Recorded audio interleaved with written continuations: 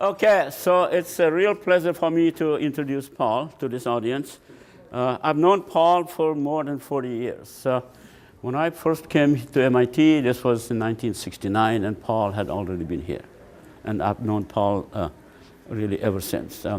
Soon after I arrived, Paul invited me to his house, which was then in Concord, and our families met, and we've been friends ever since. And Paul and I also lived in the same town for many years. Our children went to the same schools, and we also shared rides together, Paul driving most of the time. And during that time driving, and we talked about everything under the sun. We talked about research in our labs, the literature, teaching, children, philosophy in life, anything that came to mind, And also, so therefore, on top of that, Paul and I have worked in the same general area. Our research interests have been in the same general area all the time.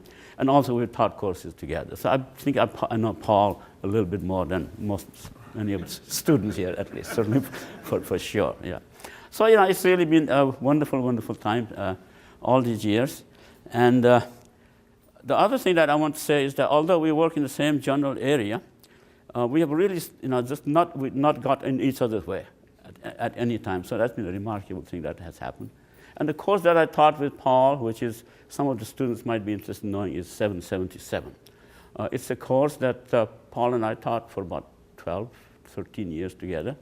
At that time was an all-lecture course taken by almost all first-year graduate students and some smattering of students from Harvard and Tufts. And we divided it strictly into Paul's specialty, DNA, and another Paul's specialty, RNA, which I taught. So, yeah. So this is how we really divided the course. So it's been really fun. Now, in this occasion, I'm supposed to say a few nice things about Paul, and about his contributions to science and all that stuff. So as you know, Paul, MIT is a praise-free zone, right? So we can't say too many nice things about people who are really, particularly among someone who is really one of us. Right? But I think in your case, I can justify it just a little bit. Yeah. Now, for some of you who don't know Paul has worked on a class of enzymes called amino acyl tRNA synthetases essentially all his career. These are a class of enzymes that pick up an amino acid and then attach it to the correct tRNA. A simple reaction, but something that it absolutely ensures, it's necessary to ensure that the genetic code is read appropriately and without making mistakes.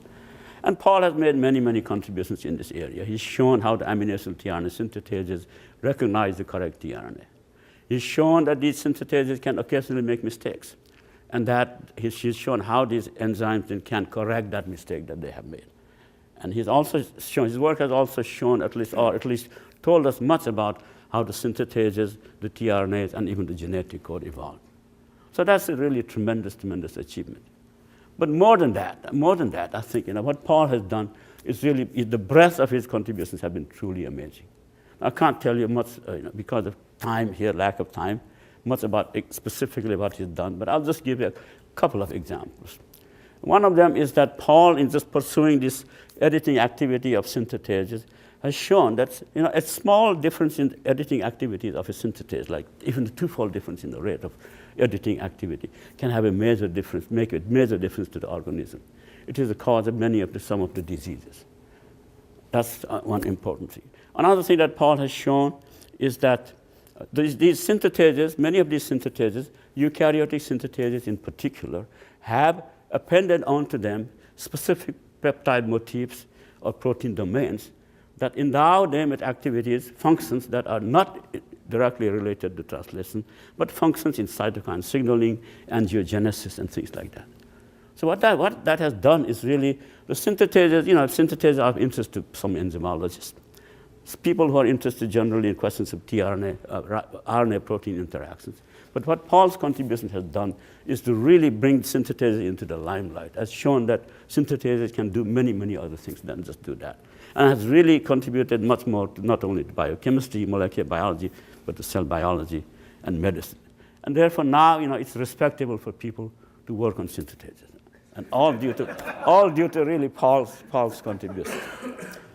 Now, there's another part of Paul's life, which is his entrepreneurship, which is his passion and his desire to use the results of lab works, the discoveries made in the lab, to applications in biotechnology and in medicine. And as you all know, he's literally excelled in that, as in his science. And I don't have time to go into it, but I'll just leave it there, and maybe Paul will say something about it. All right. So Paul left after 30 years here in our department in 1997. So that was 15 years ago. But to all of us, really, Paul is still one of us. Yeah, it's almost as if he's never left. Right? He continues to contribute to the department in many ways. He's a member of our departmental visiting committee. We consult him on hiring and promotion cases, and he's really helped us on that. And he's also helped the department through his generous contributions to our graduate program. So Paul has really, not really left us in many ways. So with that said, Paul, welcome back. Yeah, good to see you. Thank you. And the floor is yours. Well, as I told several of you, I think I'm overexposed. I've been here a little too much, maybe. And I think I'm supposed to sit. So I don't have to sit, but I will sit. I thought, and I'll get back to you in a little bit. I thought what I would do, and I organized something last evening, is just give a few, maybe 5 slides that are more what I would call philosophical, and try to give you some sense of my own ideology. And in doing that, I think you will see within yourself themes and issues that are universal and common, that we all struggle with. Who are we? Where are we going? Why are we doing what are we doing? And really, what is the meaning of it all? So what I thought I would do is start by giving you, and hopefully these will appear on the screen, start by giving you 3 questions that I feel have run through my entire life. I may not have been as aware of these questions as a boy as I am now, but they were definitely there. And perhaps they were not formulated in the way that a mature, educated adult would formulate them.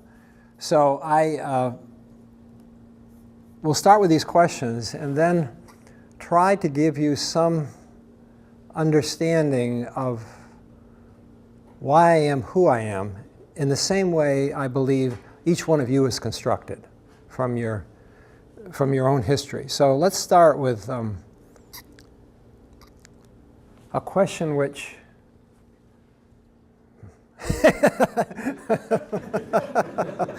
well, let's start again. Let's start again. Okay, let's try this.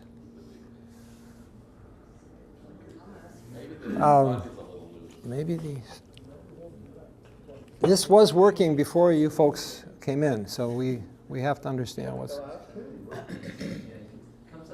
Okay, let's just see if we can try again. I apologize, but this was tested before you arrived.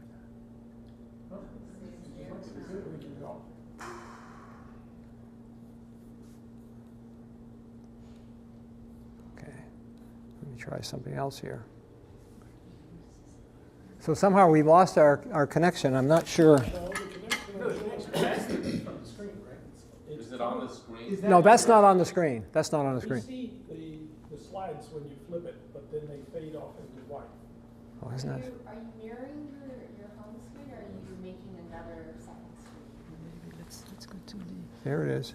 Let's go to this here. What, that? Yeah. And then let's go to the display. Where is the display? Where do you have it? Here. Sorry. And then let's go to arrangement. And then mirror display here. Here. Now what? So now you can close this and then go to. Close this? Yeah. And then you can go to. All right, here we go. Manda is so. Oh, wait, that would happen. So this is what I call a lifelong question, and I think it's a question that all of you have and will continue to have until you are no more. and that is, what is the road ahead? And this really is something people at all stages of life ask themselves. You're asking yourself that as a child. It may be more simplistic. It may be something that is not sorted out a lot of details, but you're asking yourself this question all your life. What is the road ahead? It may be the next 6 months. It may be the next 10 years, depending on your stage of life. The next question really is one that has always interested me, is when we talk about education for everybody, whether you're talking about elementary school or graduate school or postdoctoral education, but really, what is education? And I, many years ago, as a very young person, was very drawn to the essay by Emerson on self-reliance. And he himself, as a Harvard Divinity School professor, was very well educated, but had a very strong sense that education more fundamentally was based on the variety and the organic nature of your life experiences, your hands-on involvement with life. But it's always a question. We have to ask ourselves, what really is education? And the third question is, what is really the fundamental lesson we get from life? I mean, what, at least for myself, if I think what is really the lesson, if I want to keep doing and working, is something very familiar to all of you. It's finding the ability to adapt to change, because change is the rule of life, and everything's going to change. So these are the questions that have always, as long as I can remember, in one form or another, have been on my mind. And at the same time, related to that is, who are you as an individual? And apart from your genes, you are, for the most part, the constellation of thoughts in your head. And those thoughts and associations really are made up of two parts. There are people who influence you, either adversely or positively. And often they're people you care a lot about. So when you're young and you're working your way along, you might be thinking of something you want to share with your parents that you know would make them proud. So they're in your head in some way. But there are many other figures in your life who pop up in your mind as you do things. They're part of your constellation of thoughts. And when one of those people dies, you yourself change, because gradually that person will always be there, but it won't be as cogent. It won't be quite the same. You won't be able to share with them. So they're gone, and you, in your own way, change as you go through life, and you lose some of these people, or other things happen, but new associations form.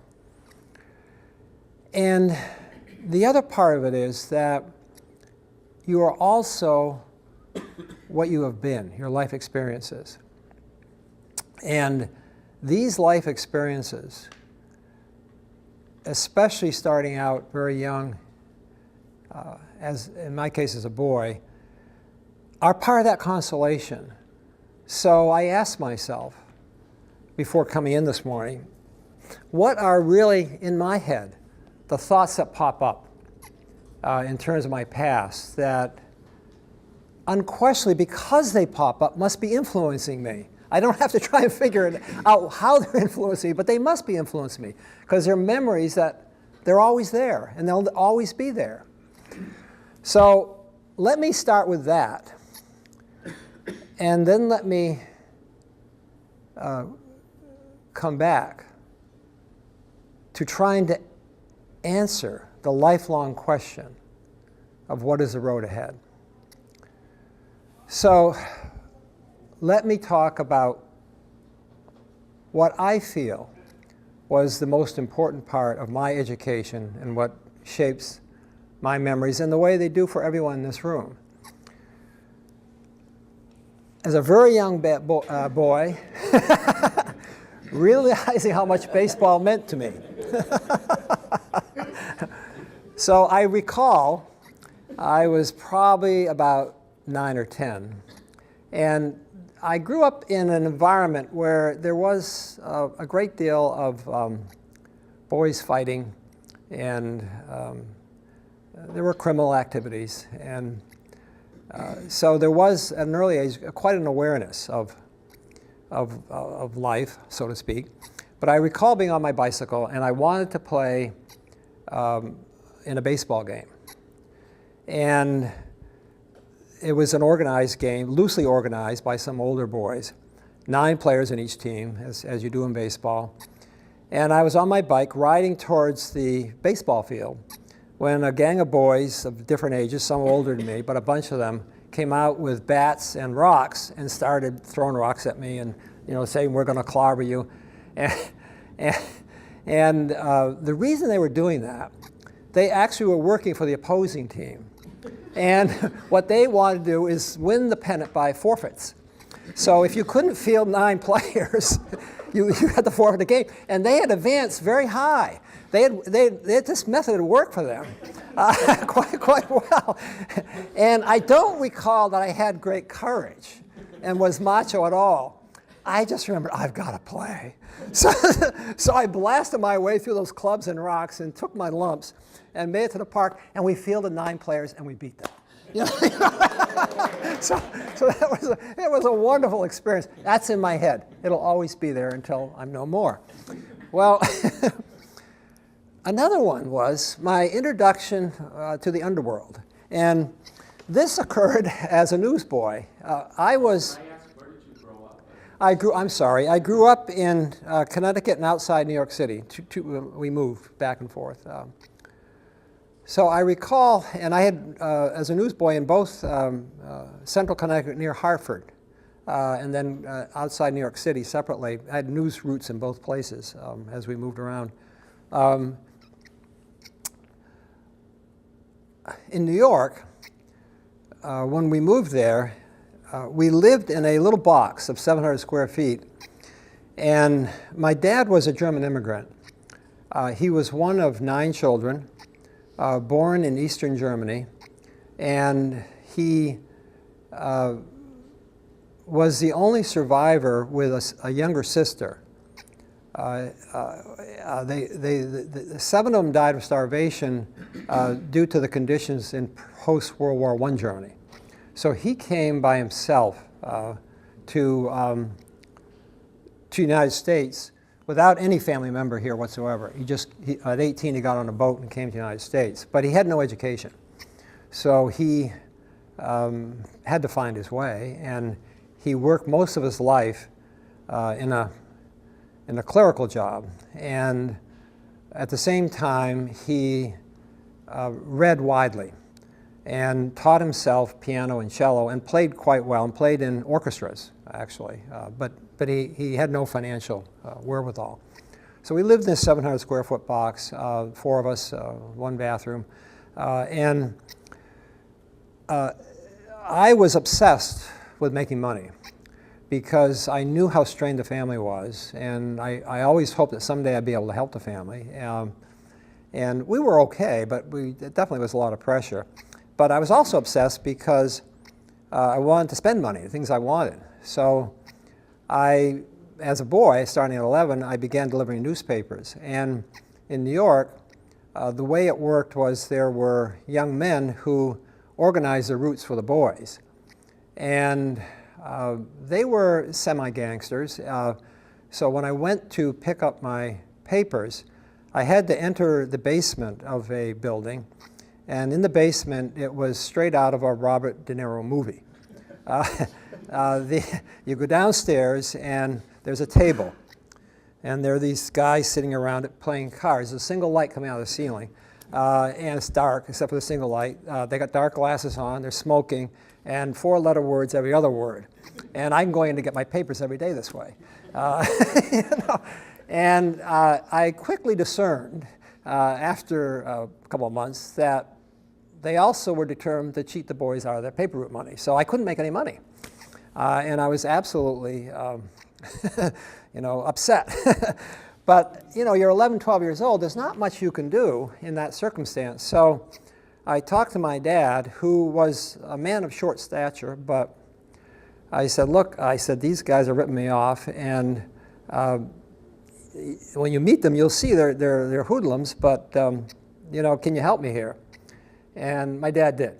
He went in the basement with a dark light, with a dark room, with the light coming down, and he talked to them straight out, and they gave me my money. And then I quit. Well,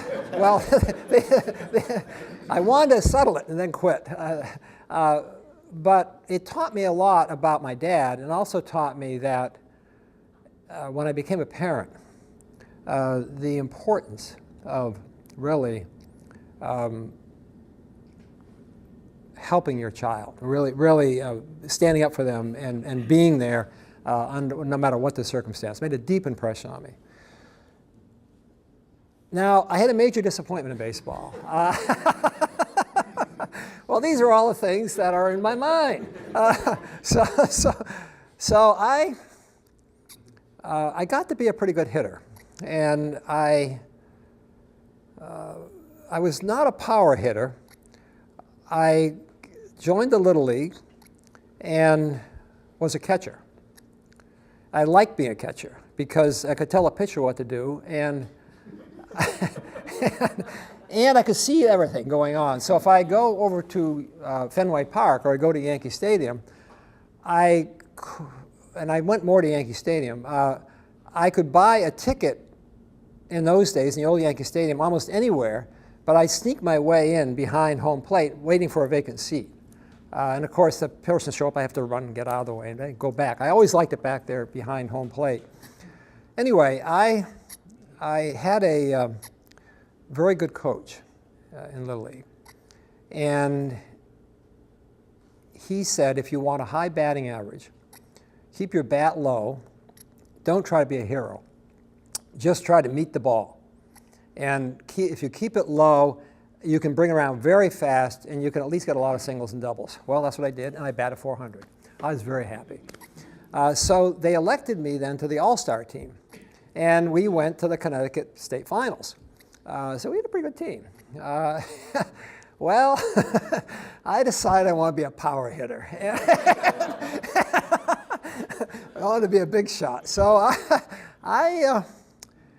we were practicing for these series playoffs.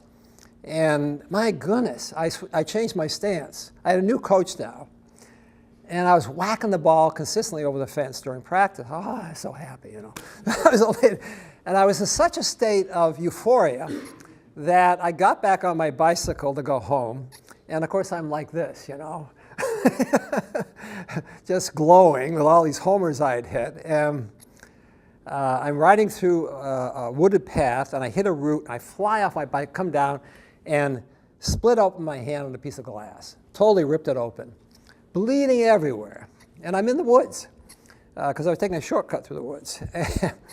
And they eventually found somebody, and they called my mother. Eventually I bled all over the car. I got to the hospital, sewed up my hand, but I was done playing baseball. I still got a big scar here. And it was a major disappointment. But I also feel it was a turning point in my life, because I thought to myself, you know, I don't think I'll become a professional baseball player. Maybe I should find some other things to get interested in. So gradually my mind was shifting actually towards how I ended up here, but not quite ready yet. I was still in this education stage. Well, in my desire to earn money, it turned out in Connecticut, I was in Connecticut at that time, the school I was in was very packed. So they ran multiple sessions. So it turned out once spring came, I could get up at 4 o'clock in the morning, and I could work in the fields, pick up in a truck. You get in the back of a truck, and I was 13, and then I turned 14 doing this. So I could work in the fields and earn money, and then go to school.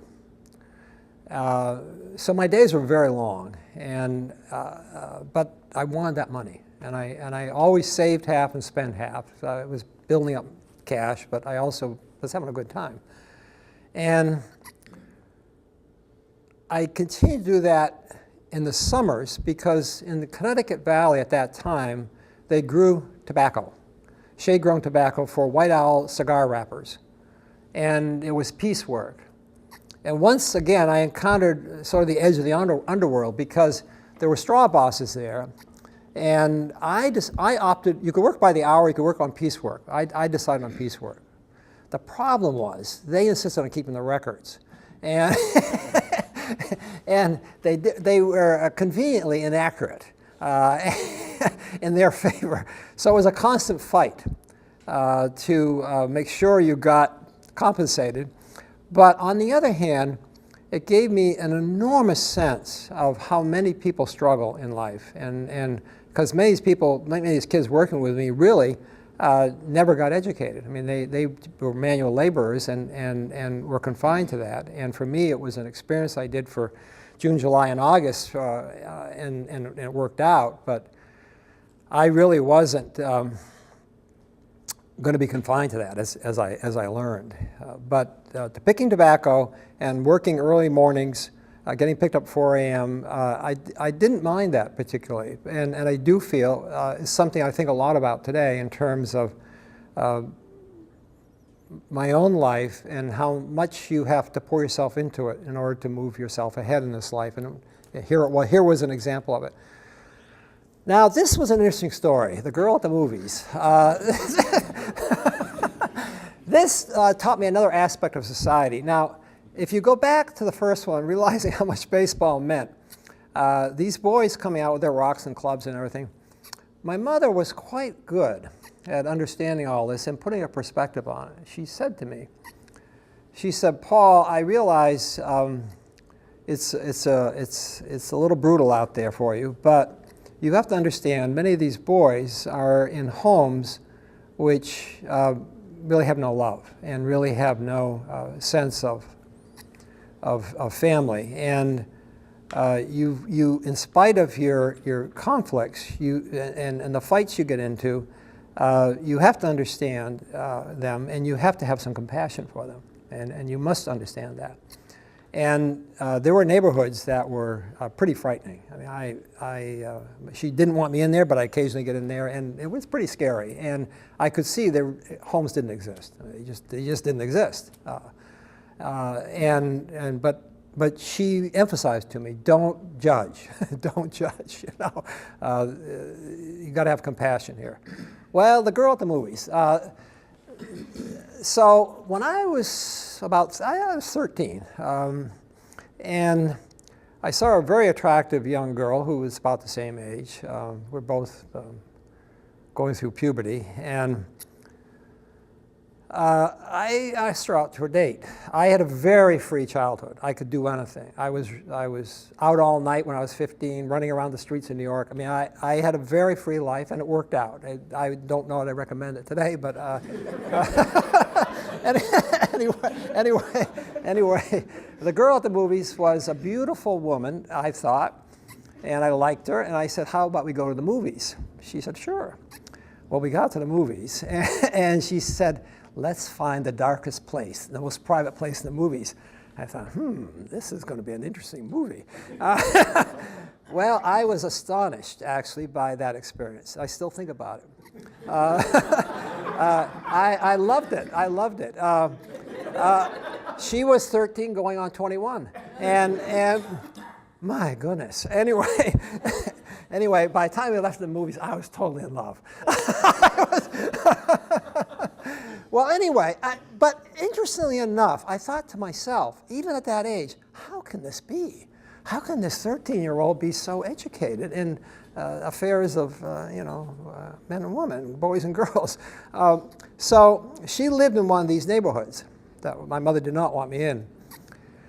Well, as things turned out, I went to her home one day and I met her mother, and I understood everything.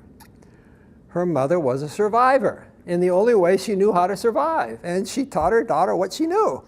And it was very, very interesting. And I thought what my mom said, Paul, just have compassion, don't judge, don't judge. So I love that experience. It taught me so many things, and it was a lot of fun. Anyway, my mother decided that I had to move on. And so she arranged first, one summer, for me, she shipped me off to Canada. She said, I love my dad, but it was just too much Paul for him, too much rambunctiousness. So she shipped me off to Canada. She had a friend there in a very poor family, lived in poverty in Quebec.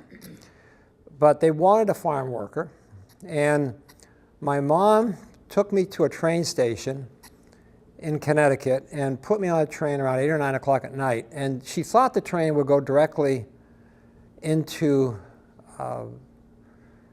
Quebec City, or just below actually it was just below the border. But as it turned out, around 3 o'clock in the morning, I was on the train, and I got woken up. I fallen asleep, and I was told to get off the train. And I said, why get off the train? I'm not at my destination. They said, because this train's not going to your destination. And and there were a bunch of drunks on the train, and I'm only 13, and I thought, 3 o'clock in the morning, I got a bunch of drunks on the train, and what am I going to do? So I figured out that I had to connect to another train, which I did, and eventually made my way to this farm in Quebec. And it was a very meaningful experience to me. These people were very poor. They could not afford any machinery. They only had horses. They worked me to the bone. But one good thing is I started to drive when I was 13. The first thing I did, because they got things to drive.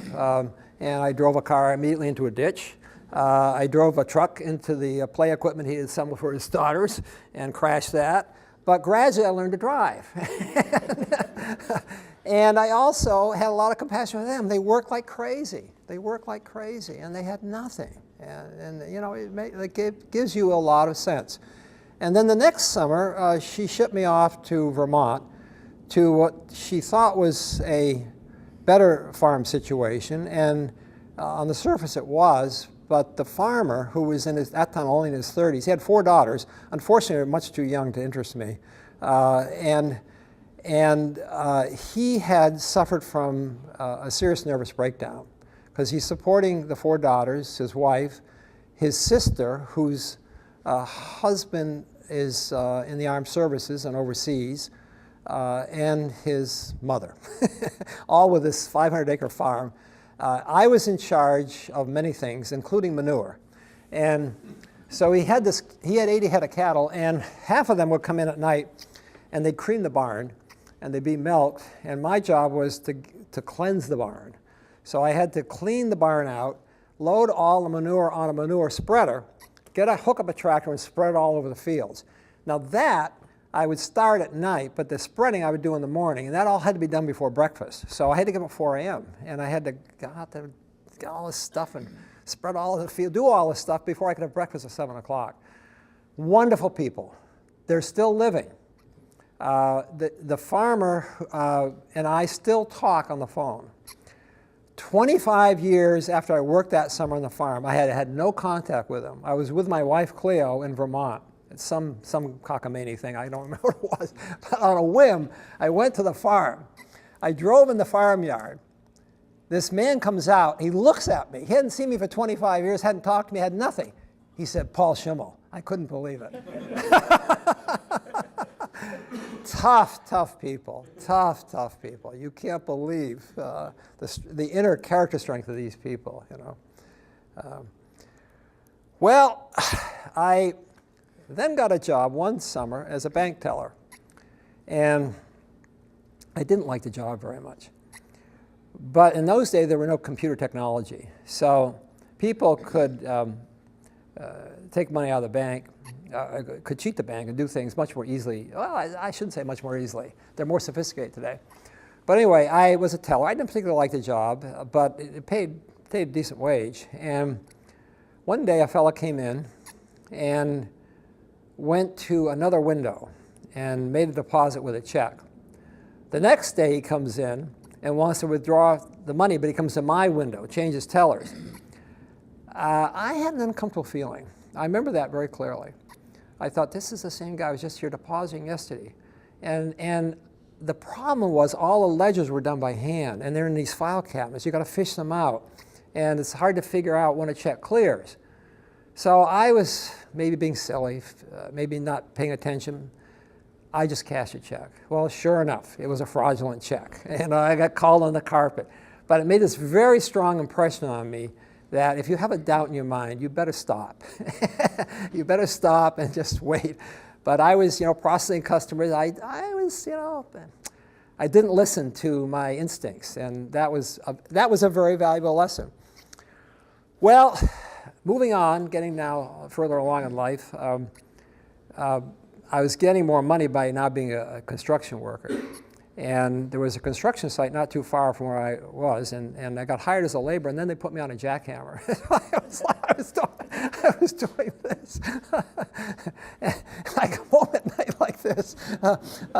But it was a wonderful experience because, again, it gave me the sense of how hard people struggle to make a living and how hard it is. And many of these people I work with, this is all they'd ever be able to do, the tedium of it. And went on in that light.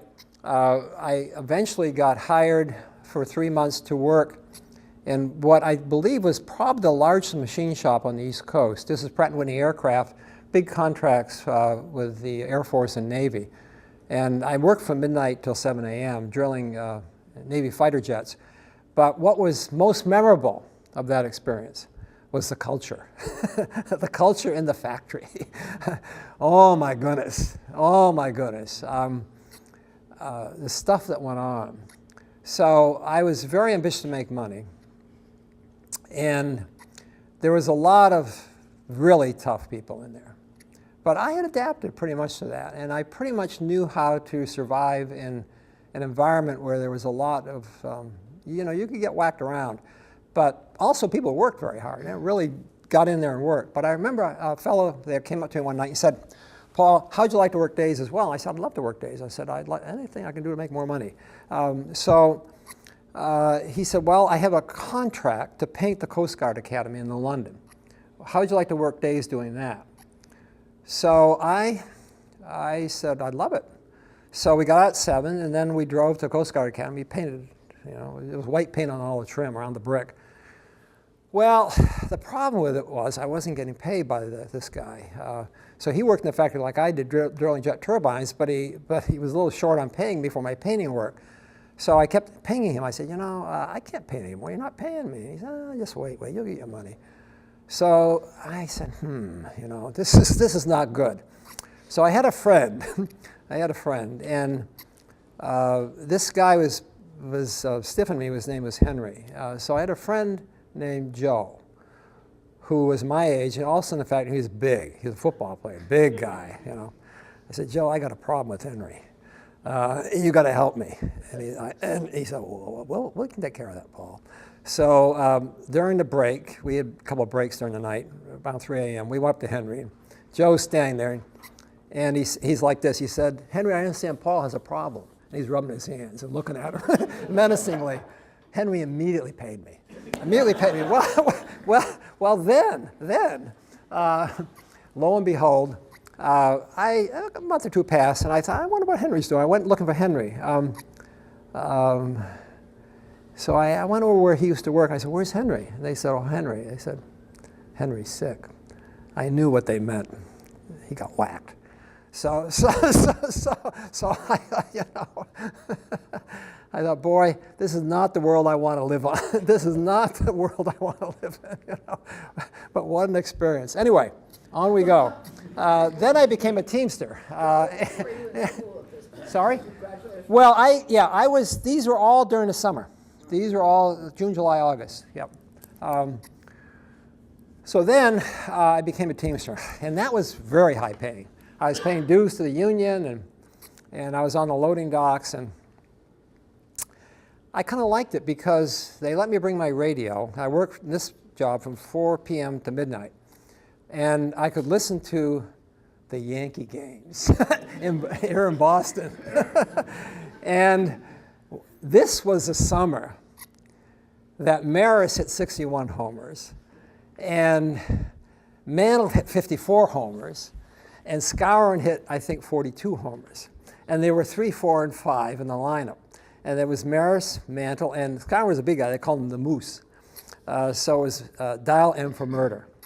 So I was just in a reverie. I would turn on my radio, and I just work on the docks, you know, and load stuff on these freight cars and all this stuff, you know, coming in and going out. But at the same time, there was a lot of stuff going on. It was always this criminal activity you could see, and people drawing you in, asking you to help them do this, do that. I always stayed away from it. But at the same time, I remember what my mother said, and I didn't want to, you know, I didn't want to go reporting people and doing things like that. I just, you know, I just let it be. but there was a lot of stuff going on, and again, it made very strong impression on me. I got to get out of this space. My dad really didn't know. He actually said, the people in school told my mother that I was not college material. And my dad said that he basically agreed. But it was right in here that I started, I ran into a math teacher in high school and a physics teacher, and I found it really interesting, really interesting. And I found then, during this era, in my spare time, that's what I wanted to do. I wanted to study math and physics, and I really started getting drawn in. I mean, it really started to get under my skin. And my mom said, "Oh, you can do anything. You can do anything. You know, just don't forget it." So she then went out to a small college in Ohio called Ohio Wesleyan. She'd never been in Ohio. She wanted to get me off the East Coast and out of the environment. So she said, "Apply to this college." I did, Ohio Wesleyan University, and she got me a Greyhound bus ticket and a duffel bag. She stuffed the duffel bag with clothes, gave me the ticket, and said, "Go to Ohio." And I went. I hated it. I absolutely hated it. What a culture shock, you know. But that's what happened to me. And I met my wife-to-be there soon thereafter, Cleo. And we got married while we were in college. And shortly thereafter started producing children. And that was a profound effect on me. Cleo had a huge effect on me because she created a very stable home environment and a feeling of a home. And it really, you know, transformed me, just totally transformed me. And then I was under tremendous economic pressure because I wanted to go on. I started in medical school because I didn't know quite what to do. I didn't like it. I found myself reading literature in medical school. So I'd take anatomy and histology and do all the exams, but on the side I was just reading scientific papers. I was fascinated by the work at that time that Paul Doty was doing at Harvard. Elkin Blatt was doing some interesting work at Harvard. I was at Tufts, and I just said, I can't keep doing this, you know. So I came over here one day, and I met John Buchanan, who was at the time chairman of biochemistry, and Gene Brown was, I think, a young assistant professor at the time, or associate professor, I don't remember. He wasn't head of the biochemistry, of the department, though. Who was that? Head of division, that's right. So I said to him, you know, I don't like this medical stuff. The guy at medical school was Alton Meister. He was chairman of the department there. And he was desperately wanted me to stay and work in his lab. But I didn't like the environment, and I came over here, and I liked what I saw very much. And he said, well, why don't you apply, and we'll review the application, and if you get accepted, you can start in the middle of the year. So I dropped out of medical school in the middle of the year, and I came over here to MIT. And but I was under a lot of pressure. So I thought, I got to get this degree. I got to get done with it being a postdoc. I just got to move as fast as I can. So I got my degree. I did a 10-month postdoc at Stanford with somebody named Paul Schimmel, who was a very eminent polymer chemist and one of the smartest people I ever met in my life. A tremendous understanding of physical phenomena from an intuitive standpoint. Just understood so well. And then came here and joined the faculty. And I remember when I joined the faculty that a year after I joined, Tom Rajbandari gave a seminar. Tom was in on the early work on the discovery of the genetic code. And I believe the Nobel Prize for the genetic code was Khorana and Nuremberg and Hawley. Is that right? So the Hawley part of it was for the sequence of alanine tRNA. And that was something that Tom was working on tyrosine tRNA, I believe, phenylalanine tRNA at Wisconsin. And really it was, I mean, they were this close, and Hawley got there first. But Tom came to MIT during that era and gave a lecture in 6120, which I vividly remember. And I was just so enthralled with the whole idea of the genetic code and what was going on at that time. It just totally riveted me. But it was a great lecture, and Tom subsequently got hired in the faculty. Well, this brings me back to the lifelong question: what is the road ahead? And I think that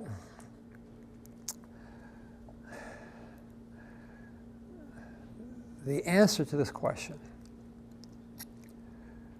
really came to me many years ago, and I keep coming back to it over and over again. And for this, I have to thank Steven Spielberg.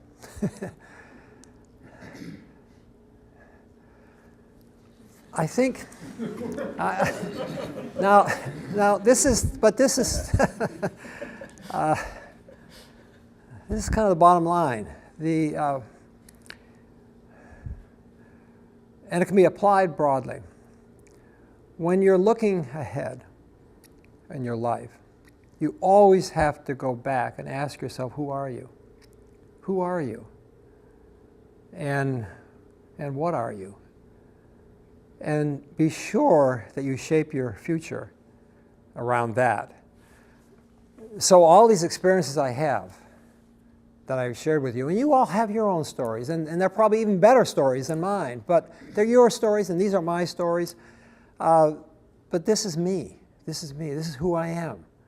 And the road ahead for me is born by going back and remembering who I am.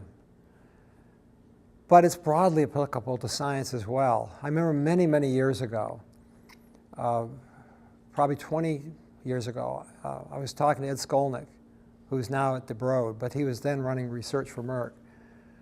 And we were having some long conversations at that time. And Ed was telling me about when he was at the National Cancer Institute, and before he went to Merck, and before Roy Vagelos, who was then chairman and CEO of Merck, recruited him. Someone I know Gene knows well from St. Louis days. and Ed had been in on a major discovery related to oncogenes, and was telling me about it. And he said, Paul, if you really want to move your research ahead, I learned during that era, and I got my idea at that time that enabled me to make a discovery that prompted me to go to Merck because I thought I could solve cancer, and that's why I went there. He said, what I did is I went back and read some very old papers and read those papers in the context of what I now understood. And so I saw them in a new light. And he said, it totally changed my thinking. And then I thought, most of us, when we're in school, get educated by a textbook. And we learn things and go on. But what he was saying is, if you go back and really try to understand why you know what you know, which is very fundamental, and which the biology department here has tried to teach with methods and logic in molecular biology, you can transform yourself, and you can do so much to come up with new thoughts, new ideas. And if you don't, you're going to get lost. So I thought about examples where organizations or people got lost. And I think one of the best was Polaroid Corporation here. Polaroid was a huge instant photography success here, which was founded by Ed Land and Land Boulevard over here. And Polaroid, he invented this instant photography, which was chemically based. And they flourished. They employed many people in Massachusetts, in the thousands. Their revenues were certainly in, north of $1 billion. I don't remember the specific amount. But eventually they failed.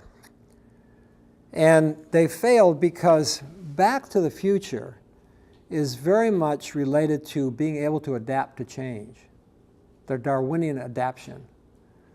And they did not adapt to electronic photography and digitized photography. They couldn't see it. And in fact, Land pushed against it. He actually himself wanted instant movies chemically based, Polavision. He actually himself had them door-to-door marketed. He was so determined. But what the Polaroid forgot was what their root was media, images, photography. It wasn't simply one technology. They had to go back to why they did what they did. They wanted to give people video technology, the video experience. That was what their root was. Instead, they got lost by locking in to the thing that they did, and they just wanted to keep doing it. They didn't adapt, and they weren't able to go back. And we're seeing this happen in many ways now with Eastman Kodak much later. The same thing is happening there. And there are many examples of corporations like this. But also, it's true of us in life that we just have to always remember that change is the rule of life. We must adapt, and the best way to go forward is to go back to the future.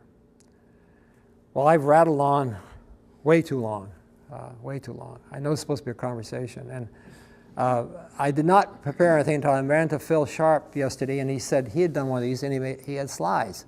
So last night I assembled these 5 slides. And I never dreamed I'd go on this long, and I apologize for that, but I'm happy to take some questions.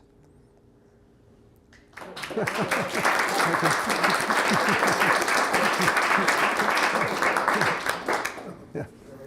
Was it the teacher or the material in the physics and math that made the difference for you? Well, that's an excellent question. I would say the teacher was inspired, and that certainly infected me.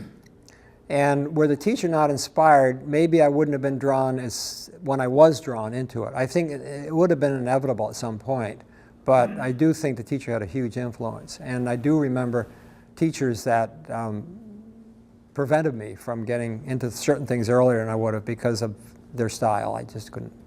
So I think the teacher, the personality has a huge role to play. Chris?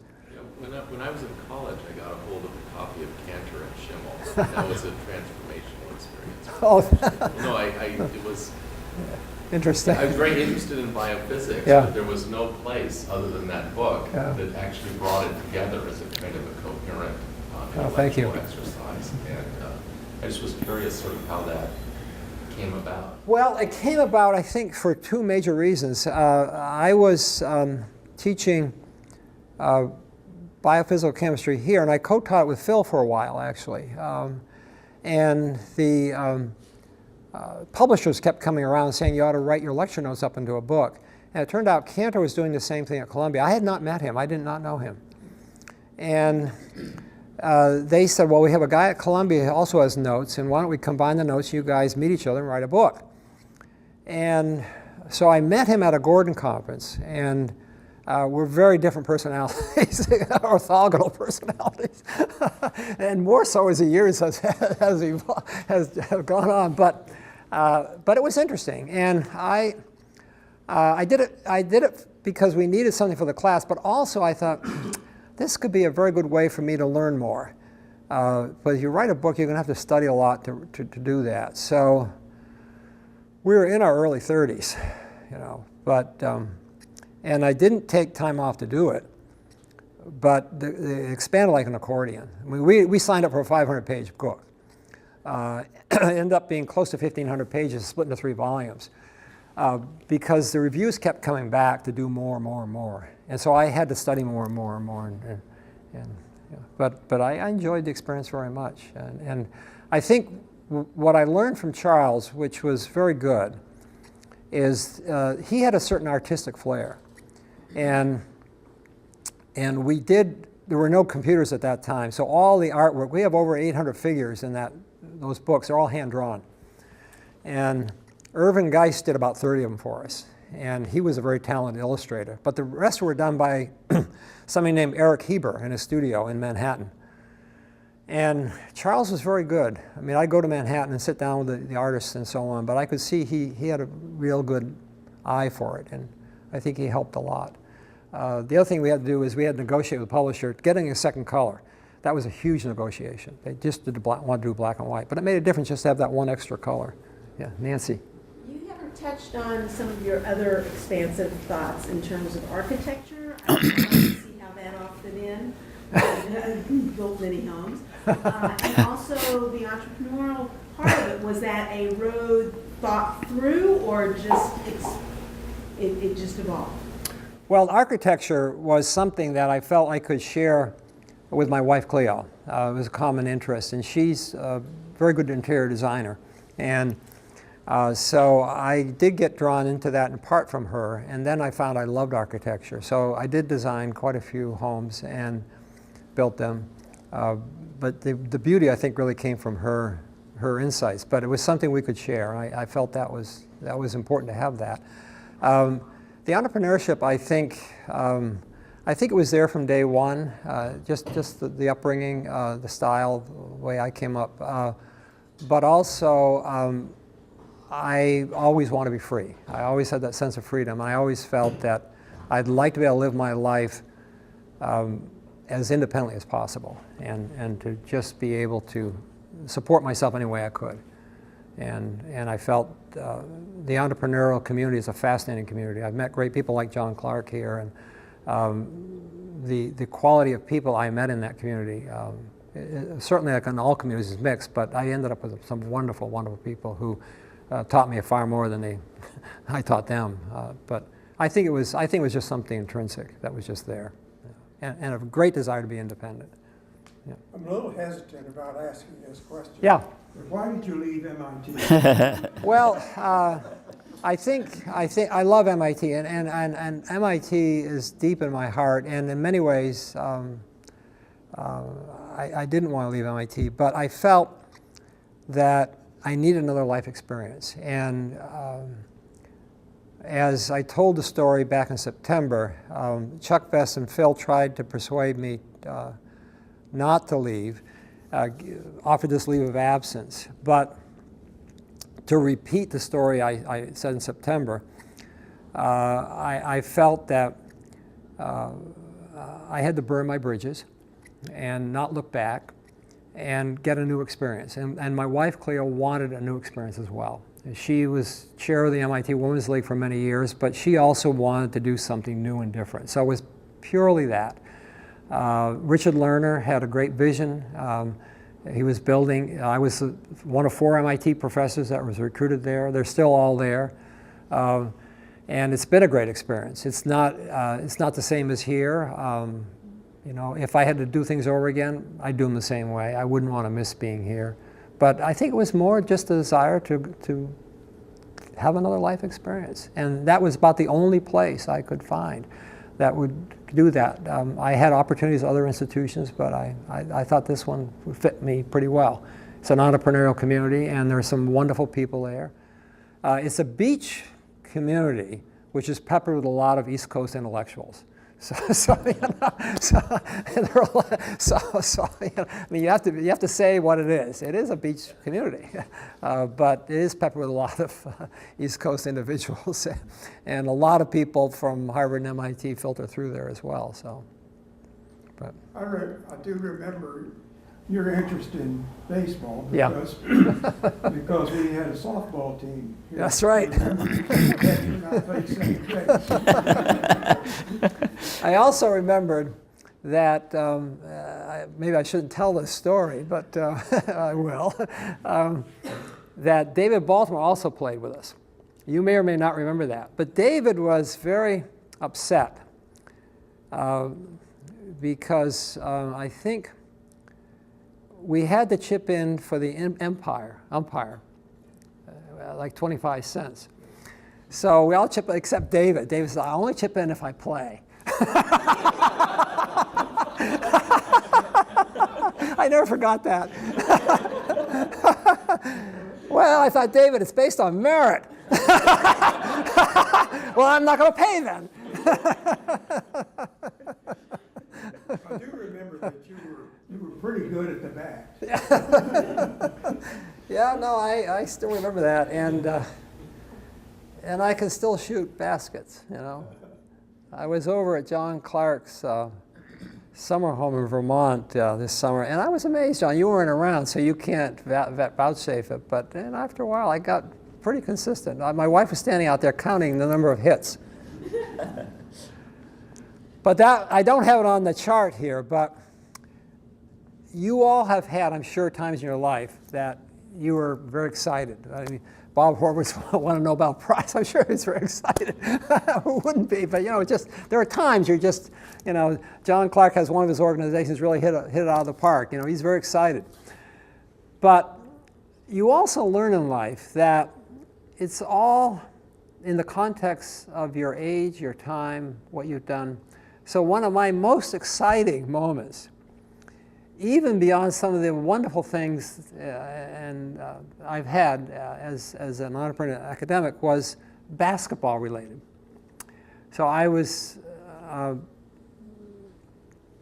didn't like the coach at the high school I was at, and he wouldn't play me, so I quit. And I went instead into the local city league, which was an intramural league, but it was a rough and tumble league, and it was great. You know, it was competitive. But anyway, our team did very well, and I was 17, and we're coming down to the final World Series, the Cup, whatever you want to call it, the championship game for this whole organized enterprise, all these teams, and we could be number one. It comes down.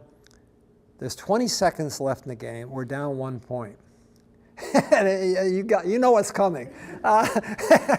So I'm 6 feet tall, and then boys weren't as tall as they are today. I mean, some of them playing basketball are much taller, but I was okay. But there were plenty of boys 6'2", 6'4". So what I did to compensate is I practiced endlessly jumping. And I became a jumper, a real jumper. I mean, I could go way up and get above the rim, wham. So even though I was only 6 feet. So 20 seconds left. It turns out I'm the captain of the team. And we're down 1 point. So the ball's thrown into me. I'm outside the foul circle, between the foul circle and the half-court line. So, and of course, everybody's coming at me, you know. I go up like a rabbit. And just throw that ball and bam, right through. We won the game. And the buzzer goes off. And you know, I think about that, you know. You know, what could beat that? Next day, big picture in the paper. Schimmel hits it. So you know, it's, you know, you talk about these things, you know, baseball, basketball, those you know, they're small things you think, but you know, in your mind, they're big things. They're part of who you are. They're part of your psyche. that goes on. John? Have you been surprised now with great length and success in your academic career that the nature of your field and how it's changing? I mean, you've been in it for 40 years and now there seems to be a whole new flower in there. Has that surprised you, or? Well, yeah, so John's referring to the amino-isotyl tRNA synthase. I think most folks would say that who work in biology, you know, those are boring housekeeping enzymes, and I think that you know, from one perspective you could say that's true. You know, why would you study those things? And I always found things that are very interesting. I think when we discovered this mechanism for correcting errors of mistranslation that these enzymes make, we did many things on that problem. And fortunately, we were able to forge a collaboration with the folks at Jackson Laboratories and show that it was, you know, could profoundly affect neurological development, just a small deviation. And we're also able to go on and establish the same phenomena in another animal model. But then what happened was we went back to the future.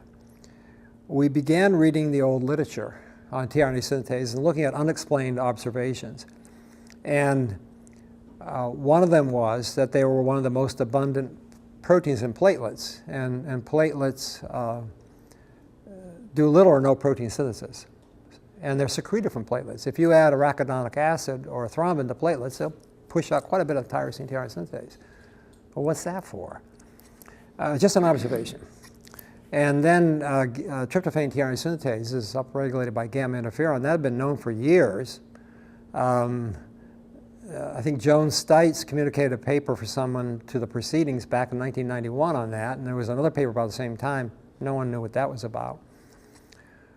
But I say back to the future because we began reading these papers and we began working to try and understand that, and in the context of what we knew today. And we then discovered that these proteins undergo metamorphosis and have another life. And many of them are secreted. And there are alternative splice variants and natural proteolytic fragments that are involved in many what we think are homeostatic signaling pathways.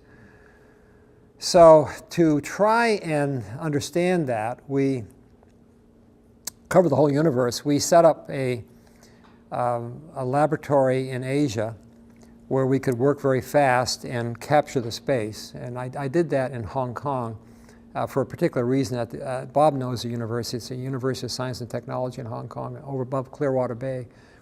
And we discovered at least 200 natural variants, metamorph forms. Many of them ablate the active site.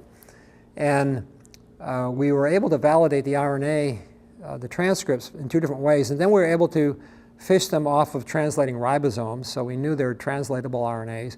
And then we were actually able to detect some of the endogenous splice variants that were being made. So this is a whole flowering. And as John's alluding to, now I have far more to do on tRNA synthase than I've had in my life.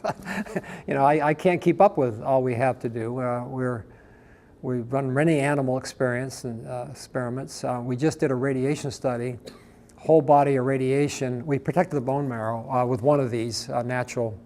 It binds to 2 toll receptors. And for this work, we got a lot of help from Bruce Beutler, actually. He's actually on a paper with me and a few other papers, which we'll send in shortly. And we did whole body irradiation on these animals, and a lot of them die. You can just see the death curve. We injected one of our molecules, which we knew were interacting with 2 toll receptors. Every one of them survived, not a single death.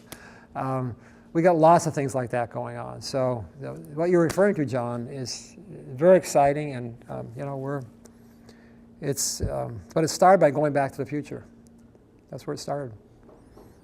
Yeah. So. If you had it to do over, would you do something different? I certainly, I have no complaints. I have a wonderful wife and family. I got 8 grandchildren. All of that I wouldn't want to miss. I would definitely want to be at MIT.